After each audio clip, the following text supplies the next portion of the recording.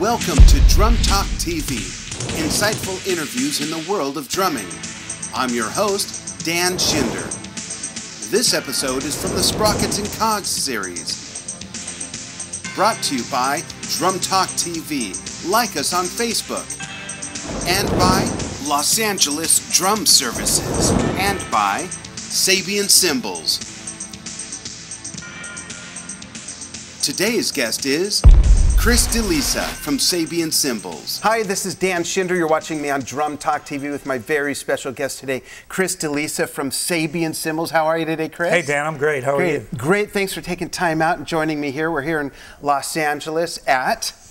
Give a plug Los for this Angeles special... Drum Services. Los Angeles Drum Services. Tell a little bit about what they do, since they're so nice to let us set up here and film. This is basically a storage facility, a rehearsal studio, and they also do backline for a lot of large bands and TV shows. Yeah, we're here in Burbank, California. Yes, so, and good friends of mine actually have my drum stored here. Very cool. So it's a great place to rehearse, and Bobby Booz is the owner, is a good friend of mine. So great, great.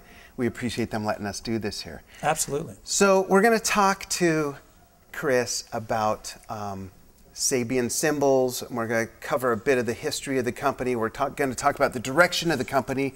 And then, of course, I've got some other questions that I think will really benefit some of our audience, some drummers out there, so they can kind of learn about the business a little bit. And, of course, people would think I'm a dummy if I didn't ask you about the passing of Bob Zildjian. Do you mind taking just a moment to give your thoughts on that and tell everybody, you know, he wasn't someone that was as much in the forefront for everyone out there to get to know. Right. You had a close relationship with I did. And tell everybody, what was it like working under him and his whole legacy that he's built? He is an incredible man. He's like a family to me, because he brings you in and he makes you real comfortable, and he makes you feel part of a family. And it's not corporate whatsoever. Sabian's a real family owned and operated, and it's just a really good feeling. It was a very emotional weekend. Yeah, you know? I bet. The funeral was just this past weekend. This is being filmed mid-April here, practically 2013. Yeah, and he was 89 years old. Wow. And he started the company, believe it or not, when he was 59 years old. Wow. Separated from what you know, he's from the Zildjian family, and he worked for his father, Avita Zildjian, and his brother Armin. And then when his father died, they parted ways, and he started Sabian at the ripe young age of 59. Yeah, it shows it's never too late. Absolutely. And look what he's built. And I mean, I can tell, I think, by the picture I'm dropping in right now that Chris provided us with, this picture of Chris and Bob Zildjian, that you could just look at his eyes. He looked like a very kind, loving man. Very kind. Very the company, was that a reflection of the company culture, Chris? Absolutely, absolutely. Yeah. When you go up to the factory, most of the people that work there have been there 25, 30 years since the inception, and they're very passionate about what they do, and they're always coming up with new ideas, which you can get into later. But it's just it's an amazing job. It's a great job. And we have a picture here that we're showing right now of the very first cymbal off the line. Back in what year? 1982. 1982. But actually the cymbals were not brought into the United States until 1983. 1983 is when they were brought in. But the first cymbal was made in 1982. Okay. And you also have a picture of me with the latest cymbal, last cymbal that came off the assembly line the day Bob passed, 12,788,000. Wow. That's a lot of great drum sounds out there made by cymbals, enhancing everybody's playing. I'm getting the chills just thinking about it's a great what that number means. It really is. Absolutely. Yeah. And there's only 4 people that work at the factory. I sing a lot. Just kidding. That's really something. You must really feel a part of something big. I do. I've been with the company 8 years now, and it just I love it. I just, you know, everyone up there is so friendly, and Canadians in general are really nice people and very friendly, and except when you go across the border, of course. but no, it's a great place, and the factory is just amazing. I mean, you can go to Sabian.com and go see a factory tour. It's incredible how the cymbals are handmade. Oh, that's awesome. And you know what really is amazing is how many hands they go through one cymbal. Like the person that, you know, lays them, the person that puts them in the oven and takes them out of the oven. It's 1,400 degrees, the oven. And people that touch it, you know, and then they're lathing it in a machine, and then they stamp it, and then put it in a bag and ship it. It touches maybe 25, 30 hands before it goes out the door. Goes in a carton and goes out to music stores. So it's really amazing. You know, if you get a chance, go to Sabian.com and look the factory tour. That's awesome. Yeah. You know, one of the reasons we started this series, Sprockets and Cogs, is so that people like Chris from manufacturers of all these great brands of percussion instruments could come on the show and kind of talk about the history of their company, the direction the company is going to go in, and also let them know what's available to them in the marketplace. And I know you can't go through every item in your product line, but if there were a handful of items that you'd like to talk about, whether they're classic Sabian cymbal items or something new that people can look forward to seeing, you know, in the music store soon, what items would you want to highlight and talk about? We have some Sabian cymbals here on a friend's kit. Actually, one of our endorsees, Keith Harris from the Black Eyed Peas. And over here is a new artisan crash. It's all hand hammered, and which is actually up in Meductic, New Brunswick, Canada. There's a gentleman with a log, with an anvil, and he hits this repeatedly over and over again, and that's what gives it its dark sound, like real full. I personally use these on my kit for most of my gigs. I love them, really full sounding, but they have really good cut. And it's like kind of like our flagship Ferrari, so to speak, of cymbals. Next here we have the Hhx Ozone. Was Evolution Line designed by Dave Weckl and Mark Love, who's our guru up at the Sabian factory. And we were the first ones to come out with a cymbal with holes in it, which is a cross between a China and a crash. Real trashy, but not quite as trashy as a China. Next up, we have the Hhx Evolution Line, which was also designed with Dave Weckl. These cymbals are extremely musical, thin, and record really well because they're thin and have a quick decay. Another one of my favorite crashes for sure. And here we have another this is 16-inch Ozone, which has a quicker decay because of the size. And here we have an extremely unique cymbal we came out with several years ago, designed by Jojo Mayer and Mark Love. It's the Omni. And how this is made is it's unlathed, which is a fairly medium thick middle, and then it's laid really down to a thin, the last 4 inches. So you can ride on it and then crash on it. This particular one, Keith, has rivets in it, which sounds amazing. It also has a great bell. So this is actually really conceptually the first crash ride ever made, because you could actually really crash on it. And it's got a great stick definition when you hit towards the center. Very unique. And next, this is the Hhx Effects crash. It's kind of like an inverted China with rivets. Also designed by Dave Weckl. I love this cymbal. It's very versatile, really cool. Really nice cymbal to have in your setup. And down here we have some old school HH hand-hammered X hats. These look like to be about 12s. 12-inch. He's got them real tight, which are really cool. And I love the sound, really dark, quick. And then over here we have a, looks to be a 16-inch HH China. Really cool. The smaller they are, the quicker the decay. So it's got a quick decay on it. Well, what we did last year, and we're going to do again this year, it's called Cymbal Vote, where we had 12 cymbals go out. There were prototypes that we designed, one of a kinds. Right. And we got the general public to vote on them. And what a great idea. Yeah, we did like 50 city tour. Wow, it's like a people's choice thing of your product line. Exactly. That's great. Which is a great idea because the people that are voting are the people who are going to buy them. And, and the cymbals that won are really incredible. They're, it was a 24-inch called the Bash Ride. Bash Ride. It's an AA series. Yeah, these days the larger cymbals are in vogue now, like larger hi-hats. We have 16-inch AX Explosion hi-hats, which 16s aren't the norm, but they're becoming very popular now. Yeah. And then the Air Splash, which has the holes in it, which we were the first company to come out with a cymbal with holes, and we're seeing that a lot now from other companies. The Ozones. When I first got an Ozone cymbal, I have to tell you, a friend of mine turned me on to it in Phoenix, Arizona. Okay. And he said, yeah, you got to check this thing out. I hit it with a stick, and I'm like, whoa, no way.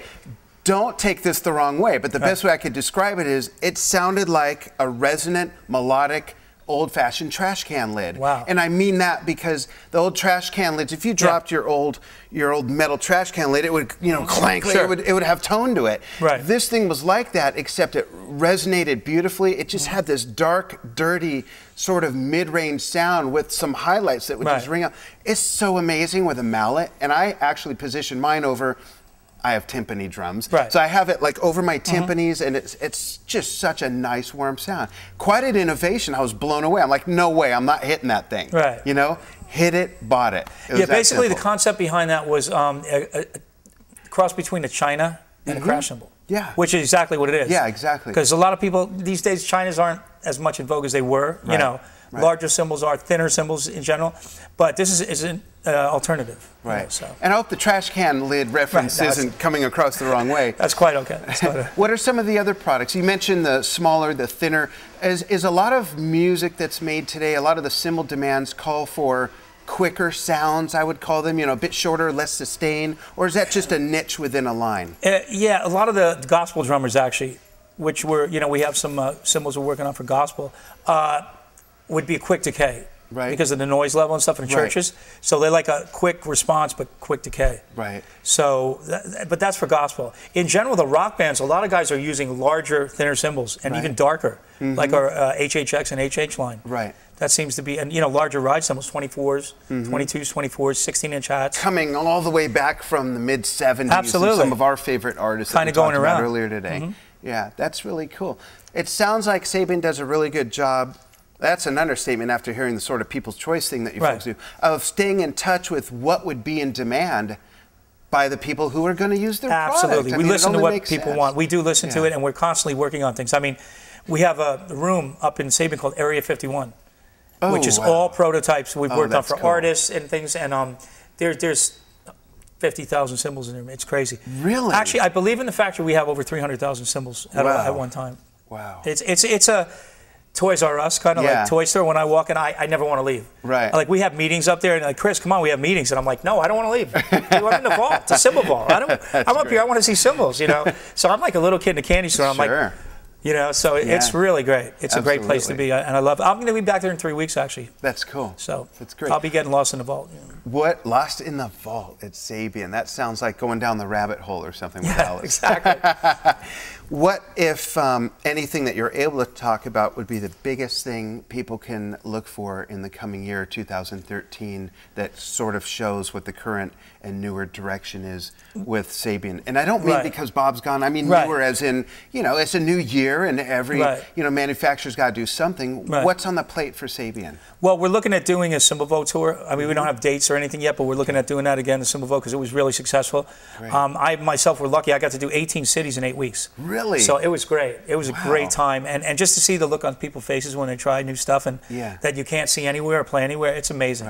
You know, so there were 12 cymbals in 4-1. That's basically what it is. So, very cool. So we're looking at doing that. We're always coming up with new things.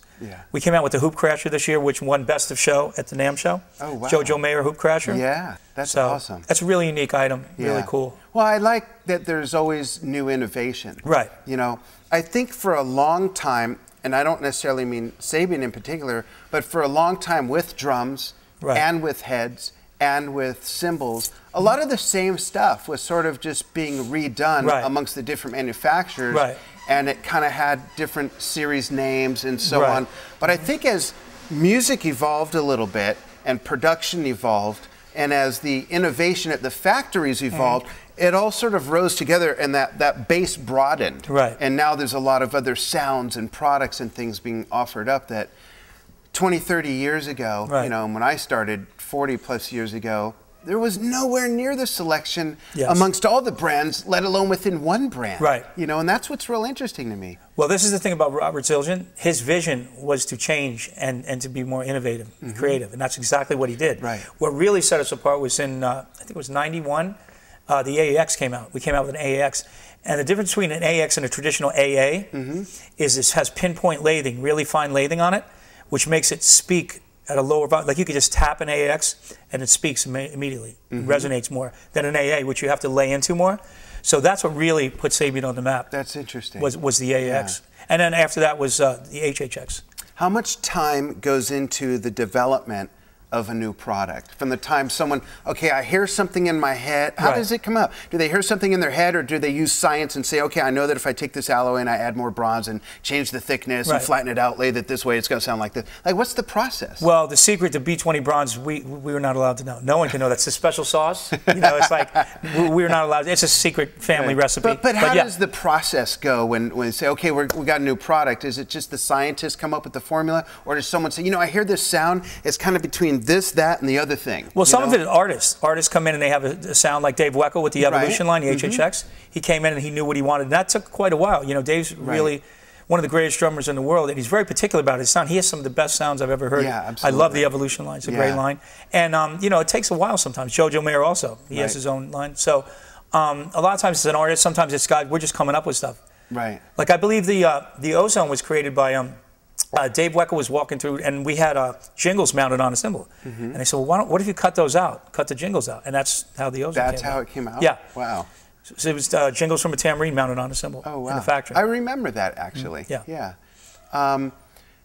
Tell the audience, you know, I get emails and Facebook messages all the time saying, can you hook me up with this manufacturer to get an endorsement deal? How do I get an endorsement deal? All this. Let's start with what the heck an endorsement deal really is. Because I think some guys and girls think they need to have one to look more established. Right. That's A. Or B, they just want free stuff. Right. Or C, they want to be able to use that branding, that name, that label on their, whether it's their bass drum head or a banner, or maybe they're educators, they're going to do clinics. And stuff. Explain how, you know, dispel all the myths about endorsement deals, because there's a lot of crazy stuff. Yeah, we obviously want people that love the product and are playing the product because they love it. Right. You know, and obviously they have to be out there doing it, working. You know, and so Sabian is on TV or tour and stuff like that. So someone establishing a band, you know, preferably in a band, or, you know. There's got to be an audience for the endorsement. Exactly. And there's got to be quality in the people presenting it, just like anybody representing any company doing anything. Right. Yeah. And there's not a lot of free stuff that gets You need to be visible. tossed You need to be around. visible and relevant. You know. Right. Visible and relevant. I like that. Yeah. And also, you can go to Sabian.com and there's literature on that actually explaining about endorsements and stuff on there. Good. Good. Who are, and I know you want to name anybody, but for the sake of time, I got to pin you down. Okay. Who are some of your, maybe a couple, 2 or 3 of your Sabian classic artists versus perhaps some newer contemporary artists? Right. And what are they doing? What kind of music? Because with our audience, we have people from over 70 countries. Everyone's into different kind of music. I think this is a way for you to not only promote the brand and the products, but also to maybe help promote some other artists that use your products that will turn the audience on to that, you know, they might not, some guys are just into heavy metal and they might hear someone that plays fusion or something and just kind of hear some new sounds that they wouldn't hear with the normal artists they listen to. What artists would you like to talk about and throw out? Well, we have a very diverse roster. Right. You know, anybody, we have old school guys like Bernard Purdy. Right. You know, Dak G. Jeanette. Right. And then we have, of course, Terry Bozzio, Neil Peart. Right. Chad Smith from the Chili Peppers. I mean, and the list goes on and on. I mean, there's so many different genres of music. And that's what's fun about it, you know. Right. To see all these shows, jazz players, hip-hop players, gospel players, rock, pretty much everything. We have symphonic classical players with symphonies. Right. Which is the B&O side of it, which I'm not really involved in. But, so it's a very diverse roster. Great. Talk about the Sabian sound team. Okay. This is a concept we came, there's 3 of us in the United States. I'm on the West Coast. Bob Rupp is in the Midwest, and Greg Zeller is on the East Coast. Okay. And what is your function so that people kind of know, like, how you fit into the bigger picture? Well, we're basically the eyes and ears of the United States for Canada, because they're up in Meductic, Canada. By the way, Meductic, Canada, population 250 people. And they all work at Sabian. Right, exactly. Yeah, it's funny. I went to everywhere I go, Subway or wherever I go, oh, my uncle works, my cousin works for there. It's a very close-knit community. You know, and Robert Zildjian obviously employed most of the city, and neighboring cities like Woodstock and Fredericton and stuff like that. Right. But yeah, it's cool. That's cool. Now you play. Yes, I do. And is there a specific sound that you've gone after, that you spent some time going through the product line to be able to decide, okay, this is going to be my sound. I'm using this line or elements of the different lines. Yeah, you know, as I get older, it's more darker sounds and more thinner, larger cymbals, like HHX. I like HHX. and the artisan, which is like the Ferraris, artisan. Right. It's all handmade. That's another thing about Sabian. All our HHs and artisans are all hammered by hand. Right. And what kind of music do you find those cymbals you use most prevalent in? Well, you know, honestly, the artisan, the new artisan crashes are fairly loud, and they can be used in a rock scenario, which I use. I have a 19 and a 20 crash, and they're loud, but they're full sounding, very full sounding. So you have a lot of crossover products. I do, right? I may use AAX hi-hats, exactly. Genres and that's another thing about Sabian. You can mix these products, and they sound really well. They blend well together. Right. The 16-inch hi-hats. You know, it is fairly new, like we were talking about earlier. And I've used 15s for years, and now 16s. And I've laughed, and I've looked at, I've got a couple rides that are 20 inches, and I've laughed saying, yeah, I want to throw those on a hi-hat stand. That might not be that far away from coming out now that we got 16s. But they're very popular, though. And the 24 ride, too, is very popular. That's awesome. Because you can crash on it. You know, that's the thing about that cymbal. It's an AA. It's got a medium to dark sound, but you can really crash on it. I love crashability on a ride. I do. I like to be able to lay into it and crash on it. So. Yeah, play through it. Yeah. And with a great bell. So it's unlaid bell, so it's kind of cool. Cool. Do you mind if I ask you about, because I see people gawk about this all the time in pictures, including myself. I'm a huge Neil Peart fan. Right. And the cymbals that he's used on the Clockwork Angels tour, and they're getting ready to go back out on tour like any day now. Can you tell the story of how those got developed and the whole theme of the way are they etched or are they lathed that way? Do you know? That's etching on there. Those are called Paragon. It's the Paragon line. Paragon line. And I have the ride. I love it. It's real heavy. Really? But really, basically how that happened was he finally got with Sabian. He got on his motorcycle and drove up to the factory one time. And it's funny because he's Canadian. And we always wondered, how come he's not playing Sabian? Right. So one day he just got up and just got on his bike and drove up there and got together with Mark Love, who's the guru up there. He's a genius and designs most of the cymbals with the artists. And they came up with a line. Basically, he had some old Zildjians that he had, like from the 60s. And he really liked that sound. So it's kind of, some of them are a takeoff from that, you know, kind of recreating the old sound from the 60s. Right. Was there a lot of work that went into creating, and I'll show a picture right now, the graphic, I call it a graphic, that's on those cymbals that he's using on that tour with that kit right now? It's got sort of the gears of a clock sort of motif. Yeah, it's a special process. I don't know what it is, and we're looking into it. Because I know people have asked and want to buy it, but it's not currently available. Right. But we are looking at designs. It's very labor intensive. That's why we haven't come out with it yet. And I have to imagine you had to come up with a formula that wouldn't get affected by it being hit. Exactly. Because it looks great ornamentally and aesthetically, but oh yeah, he's going to be hitting the thing with a stick. Yeah, it doesn't affect the sound. We've done a lot of testing.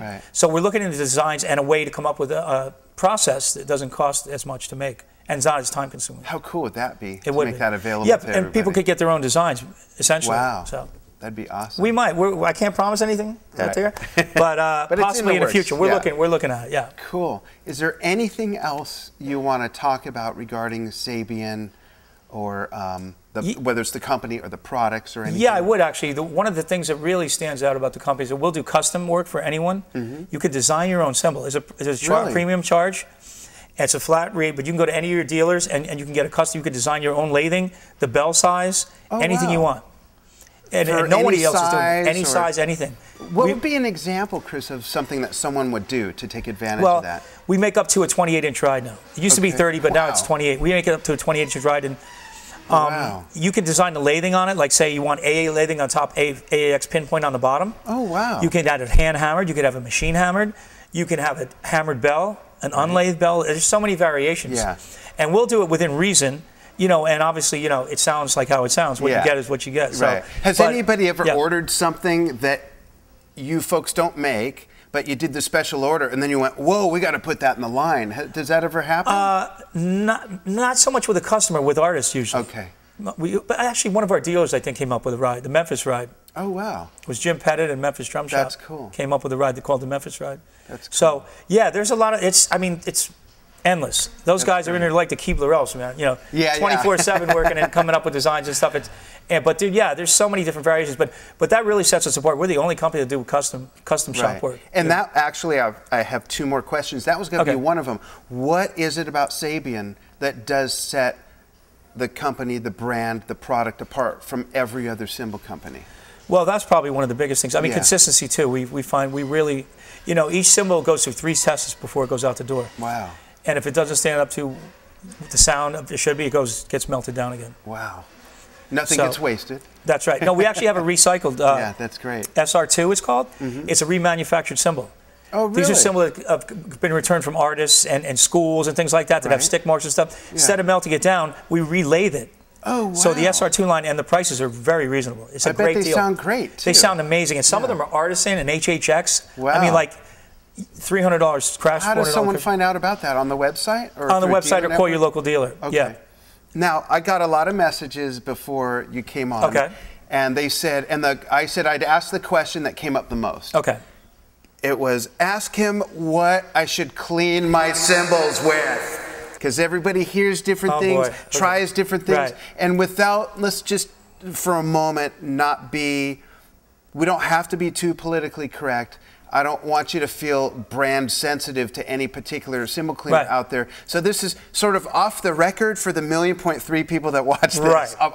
So, I mean, what are your, you could say it's a Sabian thing. You could say it's your personal experience. They just said, ask the guy what I should clean my cymbals well, there's with. two different things here. We have a Sabian cleaner. It's not a polish per se, so it's good for stick marks, fingerprints and stuff like that. Now, if you have some old cymbals from the 60s, it won't work. You need, I mean, some guys use Brasso.